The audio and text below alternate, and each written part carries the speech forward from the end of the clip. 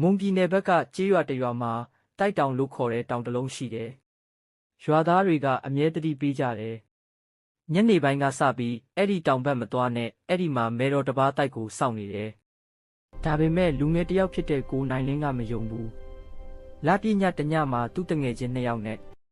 တောင်ပေါ်ကိုတက်သွားတယ်။တောင်လယ်မှာအဟောင်းဖျားအိမ်တစ်ခုတွေ့တယ်။ဖျားအိမ်ရှိကမြေထဲမှာတော့တိုက်တကားတစ်ခုရှိနေတယ်။တငယ်ချင်းတွေကပြောတယ်မဖွင့်နဲ့အန်ရရှိတယ်ဒါပေမဲ့ကိုနိုင်လင်းကတကားကိုဖွင့်လိုက်တယ်အောက်မှာတော့အမောင်လေးကားတစ်လျှောက်ဆင်းသွားရတယ်အောက်ဆုံးရောက်တော့အခန်းကြီးတစ်ခုလုံးရွှေနဲ့ရတနာတွေပြည့်နေတယ်အဲ့ဒီအချိန်မှာနောက်ကနေမိမအတန်တစ်ခုကြားလာတယ်ဒီနေရာမင်းတို့မဝင်သင့်ဘူးလှည့်ကြည့်လိုက်တော့အဖြူဝတ်ထားတဲ့မိမတစ်ယောက်ရက်နေတယ်သူမကပြောတယ်ငါကဒီတိုက်ကိုစောင့်နေတဲ့မယ်တော့ပဲတငယ်ချင်း2ယောက်ကြောက်ပြီးပြေးထွက်သွားတယ်